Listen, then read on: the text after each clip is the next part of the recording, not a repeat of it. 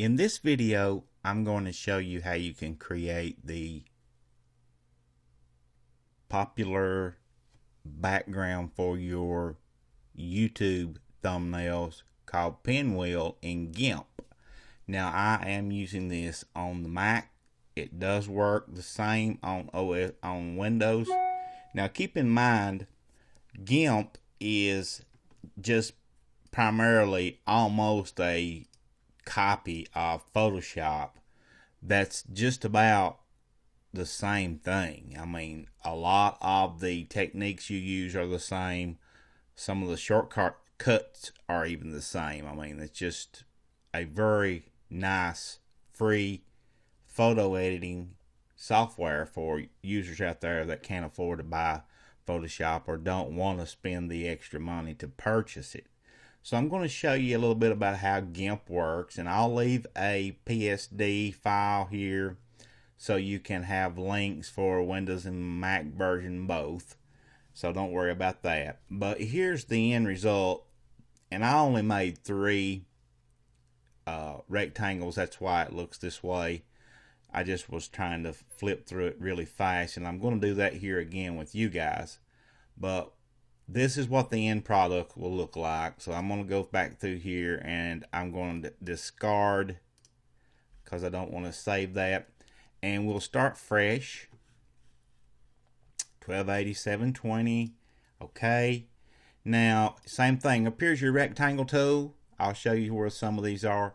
What you'll have to do is just go over these and hold your mouse on them. Select them to see what they are until you learn what they are. But top left corner is rectangle tool.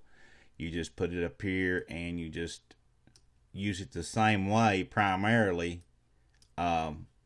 just like Photoshop.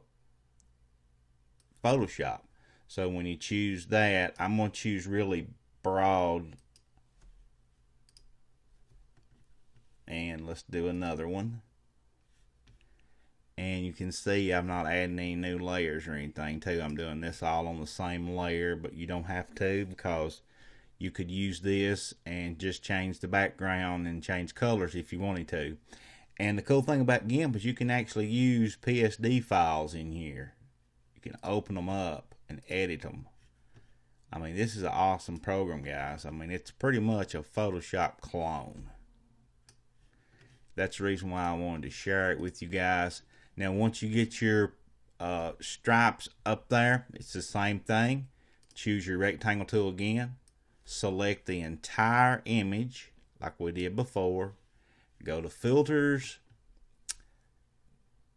And you go to noise, I think.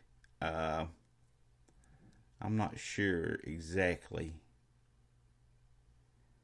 where I found that at before, but I see it up here under repeat coordinates. I know that's where it's at, but that's not really going to help you guys. Right here it is, distorts, polar coordinates, and we want to make sure that it says a check mark beside of to polar, and click OK.